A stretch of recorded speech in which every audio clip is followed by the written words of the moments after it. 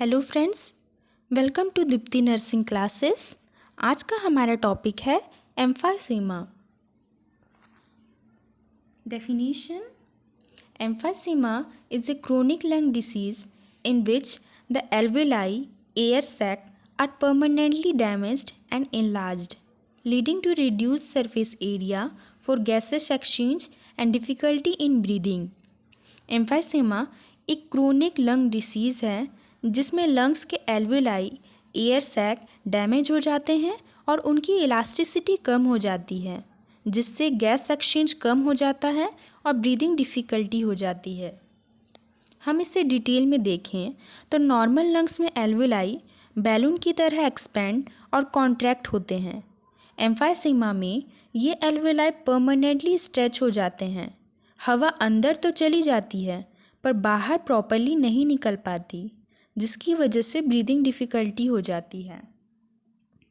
जैसे कि हम यहाँ देख सकते हैं, यहाँ एक साइड है हेल्दी एल्वेलाई एंड दूसरे साइड है एल्वेलाई इन एम्फाइसीमा। एल्वेलाई इन एम्फाइसीमा में हम देखेंगे कि एल्वेलाई का जो इलास्टिन है वो डैमेज हो गया है, यानी कि इलास्टिन फाइबर्स ब्रोकन हो चुका है, जिसकी वजह से एल्वेलाई का इलास्टिसिटी रिड्यूस हो गया है। एल्वेलाई का इलास्टिसिटी कम होने की वजह से एल्वेलाई लार्ज एंड डिस्ट्रॉयड हो जाएंगे, जिसकी वजह से हम देखेंगे कि इन्हेलेशन के टाइम पे एल्वेलाई ओवर एक्सपेंड ईजिली कर सकते हैं, लेकिन एक्सहेलेशन के टाइम पे पुअर रिकॉइल हो जाएगा। एयर जो है वो ट्रैप हो जाएगा इनसाइड, एयर इनसाइड ट्रैप हो जाते हैं। अब हम देखेंगे types of emphysema. First type है centrilobular centriacinar emphysema. Centrilobular emphysema में हम देखेंगे affects the central part of the acinus respiratory bronchioles. Centrilobular emphysema affect करता है central part of the acinus को, यानी कि रेस्पिरेटरी ब्रोंक्यूल्स को, mostly seen in the upper lobes of the lungs. Centrilobular emphysema सबसे ज़्यादा कहाँ देखने को मिलेगा लंग्स में? Upper lobes of the lungs में सबसे ज़्यादा देखने को मिलेगा। Strongly associated with smoking. Centrilobular emphysema क्यों होता है strongly associated with smoking? Smoking की वजह से सेंट्रीलोब्यूलर एम्फाइसीमा होता है। जैसे कि हम यहाँ देख सकते हैं, यहाँ एक साइड है नॉर्मल लंग्स एंड दूसरे साइड है सेंट्रीलोब्यूलर एम्फाइसीमा, जिसमें हम देखेंगे कि जो central part of the echinus वो डैमेज हो गया है और एल्वेलाई इनलार्ज एंड डिस्ट्रॉयड हो चुके हैं। और हम देखेंगे कि जो central part of the echinus है वो क्या है? Respiratory bronchioles. अब हम देखेंगे सेकंड टाइप है पैनलोब्यूलर पेनाकाइनर एम्फाइसीमा। पैनलोब्यूलर एम्फाइसीमा में हम देखेंगे कि ये affects the entire acinus. Panlobular emphysema affect करता है पूरे एकाइनस को, एंटायर एकाइनस को, ब्रोंक्यूल से लेकर एल्वेलाई तक। More common in lower lobes, जो कि सबसे ज़्यादा कॉमन है lower lobes of the lungs में। एंड देन है associated with alpha 1 antitrypsin deficiency. Panlobular emphysema का मेन कॉज क्या है? अल्फा 1 एंटीट्रिप्सिन का डेफिशिएंसी। जैसे कि हम यहाँ देख सकते हैं पैनलोब्यूलर एम्फाइसीमा में यहाँ एक साइड है नॉर्मल लंग्स एंड दूसरे साइड है पैनलोब्यूलर एम्फाइसीमा। पैनलोब्यूलर एम्फाइसीमा में हम देखेंगे कि जो रेस्पिरेटरी ब्रोंक्यूल्स है, एल्वेलाई है, वो पूरे इनलार्ज और डिस्ट्रॉयड हो चुके हैं, यानी कि एंटायर एकाइनस। अब हम देखेंगे third type paraseptal distal acinar emphysema. Affects the distal part of the alveoli. Paraseptal emphysema जो है वो अफेक्ट करता है distal part of the alveoli को, यानी कि एल्वेलाई का सबसे डिस्टल पार्ट। एंड देन लिखा हुआ है कि फाउंड नियर प्ल्यूरा, जो कि प्ल्यूरा के पास होता है। एल्वेलाई का डिस्टल पार्ट प्ल्यूरा के पास, आउटर लंग सरफेस। हम यहाँ देख सकते हैं पैरासेप्टल एम्फाइसीमा, ये है प्ल्यूरा लंग लाइनिंग और ये है एल्वेलाई। एल्वेलाई का प्ल्यूरा पार्ट में सबसे ज़्यादा इफेक्ट होता है, उसे हम कहते हैं पैरासेप्टल एम्फाइसीमा। एंड देन हम देखेंगे एटियोलॉजी, कॉजेज़ क्या क्या हैं एम्फाइसीमा की। फर्स्ट कॉज है स्मोकिंग।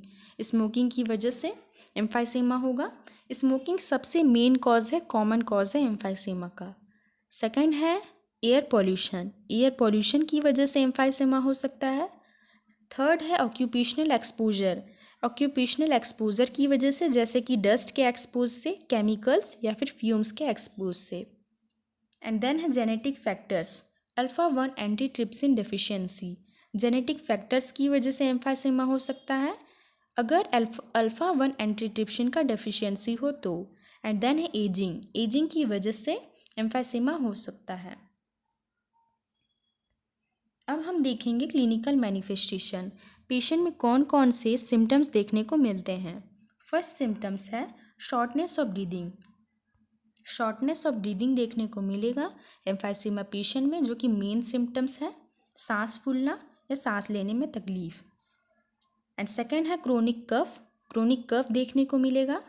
थर्ड है barrel shaped chest, emphysema patient में हमें देखने को मिलेगा सबसे common barrel shaped chest patient का, जैसे कि हम देख सकते हैं यहाँ एक साइड है नॉर्मल चेस्ट वॉल एंड दूसरी साइड है बैरल चेस्ट, कुछ इस तरह से।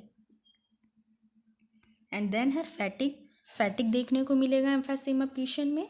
And pursed lip breathing. And then है वेट लॉस, वेट लॉस कब होगा, सीवियर केसेस में। ये सब सिम्टम्स देखने को मिलते हैं एम्फाइसेमा पेशेंट में। अब हम देखेंगे डायग्नोस्टिक इवोल्यूशन, हम कैसे डायग्नोस कर सकते हैं एम्फाइसेमा को। फर्स्ट है हिस्ट्री एंड फिजिकल एग्जामिनेशन, हम हिस्ट्री ले सकते हैं पेशेंट का एंड फिजिकल एग्जामिनेशन कर सकते हैं।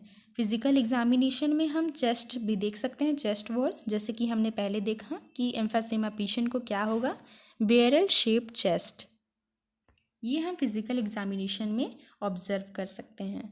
सेकेंड है चेस्ट एक्सरे, चेस्ट एक्सरे कर सकते हैं। चेस्ट एक्सरे में हम क्या देखेंगे, हाइपर इन्फ्लेटेड लंग्स देखेंगे। एंड देन है सिटी स्कैन, सिटी स्कैन किया जाता है डायग्नोस करने के लिए, जिसमें हम डिटेल लंग डैमेज देख सकते हैं। एंड देन है पल्मोनरी फंक्शन टेस्ट, हम पल्मोनरी फंक्शन टेस्ट करते हैं जो कि कंफर्म करता है एयर फ्लो का लिमिटेशन। एंड देन है arterial blood gas analysis, ABG analysis हम करेंगे, जिसमें हम ऑक्सीजन एंड CO2 का लेवल चेक करेंगे। एंड देन है alpha 1 antitrypsin test, alpha 1 antitrypsin test में हम देखेंगे अल्फ़ा 1 एंटीट्रिप्सिन का वैल्यू कि कहीं अल्फ़ा 1 एंटीट्रिप्सिन का डेफिशिएंसी तो नहीं है, जिसकी वजह से एम्फाइसेमा हुआ है। अब हम देखेंगे मैनेजमेंट, सबसे पहले हम मेडिकल फार्माकोलॉजिकल मैनेजमेंट देखते हैं। फर्स्ट है ब्रोंकोडायलेटर्स, ब्रोंकोडायलेटर्स क्या करते हैं, रिलैक्स करते हैं एयरवे मसल्स को और हेल्प करते हैं इजी ब्रीदिंग में। एग्जाम्पल है साल्ब्यूटामॉल एंड इप्राट्रोपियम।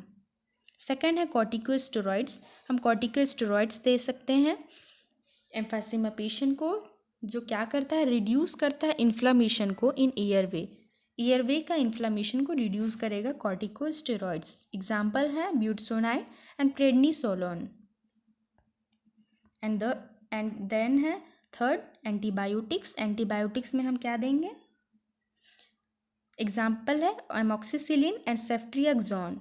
एंटीबायोटिक्स लेकिन कब देंगे, जब कोई इन्फेक्शन प्रेजेंट हो, स्पेशली बैक्टीरियल इन्फेक्शन में ही हम एंटीबायोटिक्स देते हैं। फोर्थ है ऑक्सीजन थेरेपी, हम ऑक्सीजन थेरेपी दे सकते हैं एम्फाइसेमा पेशेंट को अगर ऑक्सीजन लेवल बहुत ज़्यादा कम हो चुका हो, given in moderate to severe cases, moderate या फिर सीवियर केसेस में ऑक्सीजन थेरेपी दे सकते हैं। एंड देन है fifth mucolytics and expectorants, mucolytics दे सकते हैं जो क्या करता है, म्यूकस को थिन करता है और हेल्प करता है कि वो इजीली कफ आउट हो सके। एग्जाम्पल है एम्ब्रेक्सोल एंड एसिटाइलसिस्टीन। एंड देन है नॉन फार्माकोलॉजिकल मैनेजमेंट में सिक्स्थ है ब्रीदिंग एक्सरसाइज, हम ब्रीदिंग एक्सरसाइज करने को बोल सकते हैं एम्फाइसेमा पेशेंट को, जो कि हेल्प करेगा रेस्पिरेटरी मसल्स को प्रॉपरली और इफेक्टिवली फंक्शन करने में, पेशेंट के रेस्पिरेटरी मसल्स को। एंड देन है सेवन्थ, हम लास्ट न्यूट्रिशनल सपोर्ट दे सकते हैं एम्फाइसेमा पेशेंट को, उन्हें बोल सकते हैं कि वो हाई प्रोटीन डाइट लें और स्मॉल फ्रीक्वेंट डाइट लें। एंड देन है सर्जिकल मैनेजमेंट, अब हम देखेंगे सर्जिकल मैनेजमेंट, हम क्या सर्जरी प्रोवाइड कर सकते हैं पेशेंट को। फर्स्ट है lung volume reduction surgery. Lung volume reduction surgery कर सकते हैं जिसमें this involves the removal of a portion of the deceased और डैमेज लंग पैरेन्काइमा, जिसमें हम रिमूव कर देते हैं उस पोर्शन को जो कि डैमेज हो चुका हो, यानी कि डैमेज लंग पैरेन्काइमा पोर्शन को हम प्रॉपरली रिमूव कर देंगे। सेकंड है बुलेक्टॉमी। बुलेक्टॉमी में this involves the removal of the बुले, लार्ज एयर स्पेसेस। हम रिमूव कर देंगे बुले को, यानी कि लार्ज एयर स्पेसेस को, क्योंकि वो पूरा डैमेज हो चुका है, तब हम उसे रिमूव कर देंगे। एंड देन है थर्ड लास्ट लंग ट्रांसप्लांटेशन। हम लंग ट्रांसप्लांटेशन कर सकते हैं। This involves the replacement of the lungs with a donor lung. हम पेशेंट के लंग्स को रिप्लेस कर सकते हैं डोनर के लंग्स से।